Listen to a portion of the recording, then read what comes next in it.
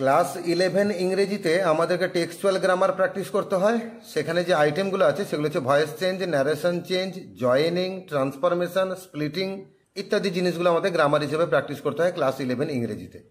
আমরা অনেকে ধরে নিই যে গ্রামারগুলো বোধহয় প্রোজ থেকে আসবে, অর্থাৎ গদ্য থেকে আসবে, কবিতা থেকে বোধহয় গ্রামার আসবে না। তাই অনেকে আমরা কবিতার গ্রামারগুলোতে একটু অবহেলা করে দিই, কিন্তু না, কবিতা থেকে গ্রামার সংখ্যায় খুবই কম প্র্যাকটিস করতে হয়, কিন্তু প্র্যাকটিস করা উচিত। তাই পরীক্ষায় যাতে কোনো রকম এম্বারাসিং সিচুয়েশনের সামনা করতে না হয়। তাই কবিতার গ্রামারগুলো আমরা প্রস্তুতি নেব থেকে বাজারে দুটো কোশ্চেন ব্যাংক খুব ভালো চলে। একটা হচ্ছে ডাফেনদাতের এইচএস গ্রামার কোশ্চেন বাঞ্চ, আর বাকি রায় মার্টিনে প্রশ্নবিচিত্রা কোশ্চেন ব্যাংক, এগুলো আছে। আমরা আজকে আলোচনা করব ডাফেনদাতের যে গ্রামার কোশ্চেন ব্যাংক 2024 বার করেছে, ওখানে আমাদের ক্লাস 11-এ যে প্রথম কবিতাটা রয়েছে কম্পোজড আপন ওয়েস্টমিনিস্টার ব্রিজ, এটা আমাদের রিটেন বাই উইলিয়াম ওয়ার্ডসওয়ার্থ, সেখান থেকে যে সমস্ত টেক্সচুয়াল গ্রামারগুলো খুবই ইম্পর্ট্যান্ট এবং ভাইটাল, পরীক্ষায় প্রায় আসে, এইরকম প্রশ্নগুলো আমরা আলোচনা করে নেব। এই প্রশ্নগুলো রয়েছে পেজ নাম্বার 118। একদম প্রথমে ভয়েস চেঞ্জ দেওয়া আছে, প্রথমে ভয়েস চেঞ্জ কয়েকটা দেওয়া আছে, 4খানা আছে। আমরা সেই উত্তরগুলো আলোচনা করে নেব একের দাগে। This city now doth like a garment, we R the beauty of the morning. এই শহরটা পরে আছে পোশাকের মতো সকালের সৌন্দর্যকে। এখানে আমরা সাবজেক্ট বাজবো কোনটা আর অবজেক্ট বাজবো কোনটা, এটা বেছে নিলে আমাদের ভয়েস চেঞ্জ করতে অনেকটাই কাজ সহজ হয়ে যাবে। আমরা ধরে নেব এই শহরটা পরে আছে সকালের সৌন্দর্য, তাহলে কি পরে আছে না the beauty of the morning, এটা অবজেক্ট। সামনে নিয়ে নেব the beauty of the morning, আর প্রেজেন্ট ইনডিফিনিট আছে ইজ নাও ওয়ার্ন হয়ে গেল, আর লাইক এ গার্মেন্ট এক্সট্রা অংশে জুড়ে দিলাম, আর বাই দিস সিটি শেষে লিখলাম। দুয়ের দাগে never saw I never felt a calm so deep, আমি কখনো দেখিনি, আমি কখনো অনুভব করিনি এত গভীর একটা শান্তি। তাহলে কি দেখিনি বা কি অনুভব করিনি, উত্তর হচ্ছে এ কাম সো ডিপ, এটা সামনে আসবে। তাহলে এ কাম সো ডিপ লিখলাম, আর পাস্ট ইনডিফিনিটে আছে বলে ওয়াজ never seen and felt, actually দুটো ভার্ব আছে, স আছে ফেল্ট আছে, কম্পাউন্ডে ছিল, তাই আমরা লিখলাম was never seen and felt by me. তিনের দাগে a soul could pass by a sight so touching in its majesty, একটা আত্মা যেটা অতিক্রম করে যেতে পারে একটা দৃশ্য যেটা হৃদয়কে ছুঁয়ে যাওয়ার মতো। তাহলে কোনটাকে অতিক্রম করতে পারে না a sight so touching in its majesty, এটা পুরোটা অবজেক্ট, সামনে লিখলাম a sight so touching in its majesty, সামনে লিখলাম।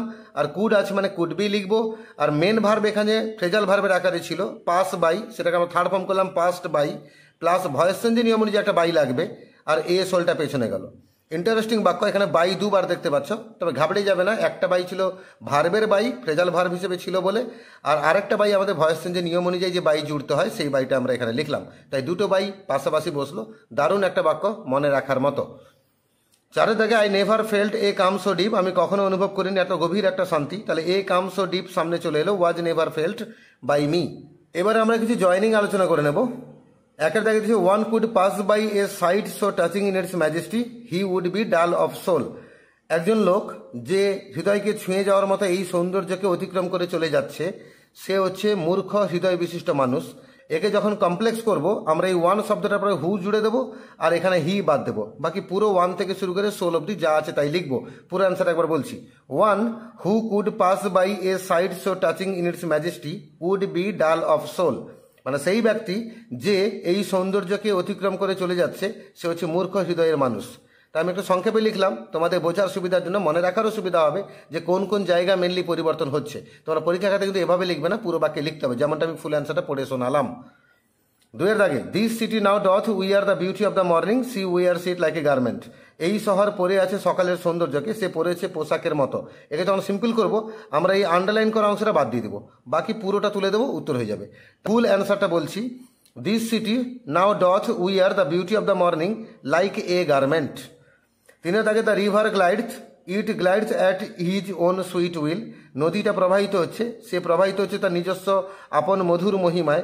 একে যখন সিম্পল করব আমরা ইট গ্লাইডস, এই যে আন্ডারলাইন করা অংশটা, এই আন্ডারলাইন করা অংশটা আমরা বাদ দিয়ে দেবো, তাহলে পুরো উত্তর হবে the river glides at his own sweet will, মানে নদী প্রবাহিত হচ্ছে তার আপন মধুর মহিমায়, দিলে আমাদের সিম্পল হয়ে গেল। এবারে আমরা স্প্লিটিংটা আলোচনা করব। একের দাগে হচ্ছে dull would he be of soul who could pass by a sight so touching in its majesty, এখানে টাচিং থাকতো, এখানে হুইচ প্রিন্টিং মিস্টেক হয়েছে, টাচিং আছে ধরে নিয়ে আমরা উত্তর করব। তাহলে আমরা লিখবো ওয়ান কুড পাস বাই, মানে পাস বাইয়ের পর থেকে দেখে দেখে তুলবো, one could pass by a sight so touching in its majesty, এটা পুরোটা প্রথম বাক্যে লিখবো। আর সেকেন্ড বাক্যে লিখবো হি would be dull of soul, এটা সেকেন্ড বাক্যে লিখবো। দুয়ের দাগে this city now doth like a garment we R the beauty of the morning. একে যখন দুটো সেন্টেন্স করবো আমরা লিখবো this city now doth we are the beauty of the morning, এটা প্রথম বাক্য। আর সেকেন্ড বাক্যে লিখবো she wears it like a garment. তিনের দাগে never saw I never felt a calm so deep, আমি কখনো দেখিনি, কখনো অনুভব করিনি এত গভীর একটা শান্তি। একে যখন দুটো সেন্টেন্স করবো একটা লিখবো I never saw a calm so deep, আর সেকেন্ড বাক্যে লিখবো আই নেভার ফেল্ট ইট। এবারে কিছু ট্রান্সফরমেশন প্র্যাকটিস করবো আমরা। একের দাগে রয়েছে the earth has not anything to show more fair, পৃথিবীর এর চেয়ে সুন্দর করে দেখানোর কিছু নেই। একে সুপারলেটিভ ডিগ্রি করব, আমরা লিখবো পৃথিবী দেখিয়ে দিয়েছে সবচেয়ে সুন্দর জিনিসটা, আর্থ হ্যাজ শোন দ্য মোস্ট ফেয়ার, তাহলে মোস্ট ফেয়ার ইউজ করলাম মানে সুপারলেটিভ ডিগ্রি হয়ে গেল। দুয়ের দাগে earth has not anything to show more fair, পৃথিবীর এর চেয়ে সুন্দর করে দেখানোর কিছু নেই। এই বাক্যটাকে হ্যাঁ বাচক অ্যাফার্মেটিভ করতে বলেছে আর ইন্টারোগেটিভ করতে বলেছে। আমরা অ্যাফার্মেটিভ করলে কি হবে আগে উত্তরটা লিখে নিই। আর্থ হ্যাজ শোন দ্য মোস্ট ফেয়ার, পৃথিবী দেখিয়ে দিয়েছে সবচেয়ে সুন্দর জিনিসটা। এই বাক্য লিখলাম মানে সুপারলেটিভ ডিগ্রি যেমন ইউজ হয়ে গেল তেমনি নটটা সরে গেছে, নটটা সরে গেছে মানে বাক্যটা অ্যাফার্মেটিভ হয়ে গেছে, প্লাস আমাদের মিনিংটা একই রকম থাকলো। আবার এই একই বাক্যটাকে নিয়ে যখন প্রশ্ন বাক্য করব, প্রশ্ন বাক্য তৈরি করার নিয়মটা কি, ইন্টারোগেটিভ তৈরি করার নিয়মটা কি, আমরা এই হ্যাজ যে অক্সিলারি ভার্ব দেখতে পাচ্ছি এই হ্যাজকে বাক্যের সামনে নিয়ে নেব আর এই নটটাকে বাদ দিয়ে দিব, দিলে আমাদের ইন্টারোগেটিভ হয়ে যাবে। আমরা লিখবো has earth anything to show more fair, লিখে কিন্তু কোশ্চেন মার্ক দিতে ভুলবে না। তিনের দাগে dull would he be of soul who could pass by a sight so touching in its majesty, মূর্খ হৃদয়ের সেই মানুষ যে অতিক্রম করে চলে যায় এরকম হৃদয়স্পর্শী একটা সৌন্দর্যকে। একে যখন সিম্পল করবো আমরা হু কুড বাদ দিয়ে দেবো, এই দুটো শব্দ বাদ দিয়ে তার জায়গায় টু লিখবো, মানে এটা রিপ্লেস হবে টু দিয়ে, বাকি পুরো বাক্য একই থাকবে। পুরো অ্যান্সারটা একবার বলছি, dull would he be of soul to pass by a sight so touching in its majesty. তোমরা এরকম সংক্ষেপে লিখবে না, পরীক্ষায় পুরো বাক্যে লিখবে যেমনটা আমি বলে শোনালাম। চার দাগে dull would he be of soul, একে নেগেটিভ যখন হবে মানে সে হবে মূর্খ হৃদয়ের মানুষ। প্রশ্ন বাক্য যখন একে আমরা যদি প্রশ্ন বাক্যে কনভার্ট করে দিই তাহলে সেটা কিন্তু আমাদের নেগেটিভ হয়ে যাবে, তাহলে সে কি মূর্খ হৃদয়ের মানুষ হবে না, তাহলে would not he be dull of soul question mark দিলে বাক্যটা নেগেটিভও হয়ে গেল আবার প্রশ্ন বাক্যও হয়ে গেল। যদি পরীক্ষায় ইন্টারোগেটিভ করতে আসে এই বাক্যটাই লিখবে তোমরা, যদি বাক্যটাকে নেগেটিভ করতে আসে এই বাক্যটাই তোমরা লিখবে, তাহলে দুই জায়গাতেই তোমাদের উত্তর রেডি হয়ে গেল। পাঁচের দাগে this city now doth like a garment we R the beauty of the morning silent and bare, এই শহরটা পরে আছে সকালের সৌন্দর্যকে পোশাকের মতো নীরব এবং অনাবৃত। এই নীরব এবং অনাবৃত কাকে বলা হচ্ছে, সে সকালের সৌন্দর্যটাকে বলা হচ্ছে। তার মানে আমরা এই মর্নিং এর পরে হুইচ ইজ এই দুটো কথা জুড়ে দেবো, দিলে আমাদের কমপ্লেক্স হয়ে যাবে। ফুল অ্যান্সারটা একবার বলছি, this city now doth like a garment we R the beauty of the morning which is silent bare. ছয়ের দাগে all bright and glittering in the smokeless air, সমস্ত কিছু উজ্জ্বল এবং চকচকে এই ধোঁয়াহীন বাতাসে, কমপ্লেক্স করতে হবে। তাহলে all bright and glittering in the air which is smokeless, সমস্ত কিছু উজ্জ্বল এবং চকচকে সেই বাতাসে যেটা হয় ধোঁয়াহীন, দিলে আমাদের কমপ্লেক্স হলো। সাথে থাকে never did the sun more beautifully steep, এই বাক্যটাকে একবার ইন্টারোগেটিভ করতে বলেছে আর একবার সুপারলেটিভ ডিগ্রি করতে বলেছে, আবার এই বাক্যটাকে অ্যাফার্মেটিভ করতে বলেছে, হাবাচক করতে বলেছে। তো যখন ইন্টারোগেটিভ করব তো আমাদের নিয়মটা কি, এই ডিডটাকে সামনে নেব আর নটটা বাদ দেবো, নট তো এখানে নেভার আছে, তাহলে নেভার থেকে নট বাদ দিলে সেটা এভার হয়ে যাবে, তাহলে আমাদের অ্যান্সারটা দাঁড়াবে did the sun ever more beautifully steep question mark. আবার এই বাক্যটাকে যখন সুপারলেটিভ ডিগ্রি করবো তখন লিখবো the sun is now steeping most beautifully, এটা একটু বোঝার আছে। সূর্য এত সুন্দর করে এর আগে কখনো কিরণ দেয়নি, তার মানে কি আজকে সবচেয়ে সুন্দরভাবে কিরণ দিচ্ছে, তাহলে the sun is now steeping most beautifully, তাহলে এটা আমাদের সুপারলেটিভ ডিগ্রি হয়ে গেল। আবার এই বাক্যে দেখো নটটাও সরে গেছে, নট নেভার এগুলো সরে গেছে, তার মানে এই বাক্যটা অ্যাফার্মেটিভও হয়ে গেছে। এই যে 2 নম্বরে সুপারলেটিভ ডিগ্রি করতে বলছিল এই অ্যান্সারটাই লিখবে, আবার তারপরে অ্যাফার্মেটিভ করতে বলেছে এই একই অ্যান্সারটাই লিখবে। 8 দাগে never saw I a calm so deep, আমি কখনো দেখিনি এত গভীর একটা শান্তি, একে প্রশ্ন বাক্য করতে বলেছে, ইন্টারোগেটিভ করতে বলেছে এবং কমপ্লেক্স করতে বলেছে। যখন প্রশ্ন বাক্যে লিখবো আমরা সে একই রকম ডিড সামনে নেবো আর নেভারটাকে এভার করবো, উত্তর হবে did I ever see a calm so deep লাস্টে কোশ্চেন মার্ক। আবার এই বাক্য যখন কমপ্লেক্স করবো তখন আমরা লিখবো I never saw a calm which is so deep, আমি কখনো দেখিনি সেই শান্তি যেটা হয় এতটা গভীর। 9 দাগে never saw I a calm so deep, আমি কখনো দেখিনি এত গভীর একটা শান্তি, নাউন ফর্ম করতে বলেছে কামের, কামের নাউন হচ্ছে কামনেস মানে শান্ততা বা নিস্তব্ধতা, তাহলে never saw I A calmness so deep, আমি কখনো দেখিনি এত গভীর একটা নিস্তব্ধতা। 10 দাগে দ্য ভেরি হাউসে সিম অ্যাসলিপ, ঘর বাড়িগুলো ঘুমোচ্ছে বলে মনে হচ্ছে, কমপ্লেক্স করতে বলেছে, আমরা কমপ্লেক্স করে লিখবো এটা মনে হচ্ছে যে ঘর বাড়িগুলো হয় ঘুমন্ত, তাহলে it seems that the very houses are asleep.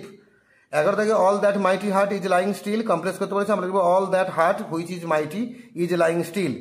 12 দাগে all that mighty heart is lying still, স্টিলকে নাউন করতে বলেছে, স্টিলের নাউন হচ্ছে স্টিলনেস। তাহলে সমস্ত ওই দৈত্যাকার হৃদয়টা শুয়ে আছে নীরবে, তার মানে সমস্ত দৈত্যাকার হৃদয়টা শুয়ে আছে নিস্তব্ধতার সাথে। তো আমরা লিখবো all that mighty heart is lying with stillness, মানে নিস্তব্ধতার সাথে। 13 দাগে the very houses seem asleep, ঘর বাড়িগুলোকে ঘুমন্ত বলে মনে হচ্ছে। অ্যাডভার্ব করতে বলেছে সিম, সিমের অ্যাডভার্ব হচ্ছে সিমিংলি। আমরা আনসার লিখবো the very houses are seemingly asleep, এটা অ্যাডভার্ব হয়ে গেল। আবার এই অ্যাসলিপকে ভার্ব করতে বলেছে, অ্যাসলিপের ভার্ব কি? স্লিপ। আমরা লিখবো the very houses seem to sleep, ঘর বাড়িগুলোকে মনে হচ্ছে ঘুমোচ্ছে। এখানে টু স্লিপ করলাম, যদিও ইনফিনিটিভ ভার্ব হয়ে গেল, অসমাপিকা ক্রিয়া হলো, কিন্তু ভার্ব হিসেবে ইউজ তো হলো, তাহলে আমরা টু স্লিপ লিখবো। 14 দাগে earth has not anything to show more fair, পৃথিবীর এর চেয়ে সুন্দর করে দেখানোর কিছু নেই, নাউন ফর্ম করতে বলেছে। আমরা লিখবো এই শো মোর ফেয়ারকে করে দেবো শো মোর ফেয়ারনেস, বাকি পুরো বাক্য একই থাকবে। আমরা লিখবো earth has not anything to show more fairness, এটা ফুল স্টপ হয়ে গেল। 15 দাগে never did the sun more beautifully steep, এখানে বিউটিফুলিকে অ্যাডজেটিভ করতে বলেছে, বিউটিফুলি অ্যাডজেটিভ হচ্ছে বিউটিফুল। আমরা লিখবো never did the sun steep in more beautiful way, সূর্য কখনো এর চেয়ে সুন্দর করে কিরণ দেয়নি বা এর চেয়ে সুন্দর উপায়ে কিরণ দেয়নি। 16 দাগে the beauty of the morning is silent and bare, adjective form করতে বলেছে বিউটির অ্যাডজেটিভ হচ্ছে বিউটিফুল। তো আমরা লিখবো the beautiful morning is silent and bare, সেই সুন্দর সকালটা হয় নীরব এবং অনাবৃত। 17 দাগে the poet said dear God the very houses seem asleep and that mighty heart is lying still, কবি বলছেন হে ভগবান, এই ঘর বাড়িগুলোকে ঘুমন্ত বলে মনে হচ্ছে আর সেই দৈত্যাকার হৃদয় সে চুপচাপ শুয়ে আছে। একে ন্যারেশন চেঞ্জ করবো, তাহলে যে ডিয়ার গড বলছেন মানে কি? তিনি ভগবানকে স্মরণ করছেন বিস্ময়ে হতবাক হয়ে গিয়ে, এবং তারপরে বলছেন যে ঘর বাড়িগুলো ঘুমোচ্ছে এবং দৈত্যাকার হৃদয় চুপচাপ শুয়ে আছে।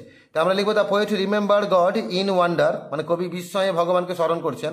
অ্যান্ড রিমার্ক দ্যাট, এবং মন্তব্য করলেন যে the very houses seemed asleep and that mighty heart was lying still. এভাবে আমাদের ন্যারেশন চেঞ্জটা হলো। এবারে কিছু আর্টিকেল আর প্রিপোজিশন দিয়ে শূন্যস্থান পূরণ করতে হবে। কবিতারই লাইন, যারা কবিতাটা ভালো করে পড়েছ তোমরা সহজে মনে রাখতে পেরেছ, এবং তোমাদের মনে আছে কোন লাইনে অ্যাট আছে, কোন লাইনে ইন আছে, কোন লাইনে টু আছে, সেগুলো আমরা একটু ঝালিয়ে নেব, মনে করে নেব। একের দাগে earth has not anything to show more fair, এখানে টু বসলো। Dull would he be of soul who could pass by, of বসলো। 3 দাগে a sight so touching in its majesty, এখানে এ আর ইন বসলো। This city now doth like a garment wear, এখানে a বসলো। The beauty of the morning silent and bare, এখানে of বসলো। Open unto the fields and unto the sky, এখানে the বসলো আর আনটু দা বসলো। 7 দাগে all bright and glittering in the smokeless air, এখানে ইন বসলো। 8 দাগে never saw I never felt a calm so deep, এখানে এ বসলো। 9 দাগে the river glides at his own sweet will, এখানে দা বসলো, অ্যাড বসলো। 10 দাগে dear God the very houses seem asleep, এখানে দা বসলো। এইভাবে কম্পোজড আপন ওয়েস্টমিনিস্টার ব্রিজ, এই যে উইলিয়াম ওয়ার্ডসওয়ার্থে লেখা সুন্দর কবিতা, ক্লাস 11-এর মধ্যে প্রথম পোয়েম, এখান থেকে যে সমস্ত বাক্যগুলোকে নিয়ে গ্রামার হওয়ার সম্ভাবনা থাকে ওই সমস্ত বাক্যগুলোকে নিয়ে আমরা গ্রামার আলোচনা করলাম। এগুলো 2বার বা 3বার একটু পড়লে সহজে মনে থেকে যাবে। তো এগুলো মনে রাখতে হবে, কষ্ট হলেও মনে রাখতে হবে, আর মন দিয়ে পড়াশোনা করতে হবে, পরীক্ষায় যাতে পোয়েম থেকে গ্রামার এলে আমাদের কোনো সমস্যায় পড়তে না হয়। আর তোমাদের মধ্যে যারা আমার চ্যানেলে এখনো নতুন আছো, আমার চ্যানেলটাকে সাবস্ক্রাইব করোনি, অবশ্যই সাবস্ক্রাইব করে নাও। তোমাদের দরকারি ভিডিওগুলো আমি রেগুলার সময়ে দিতে থাকবো।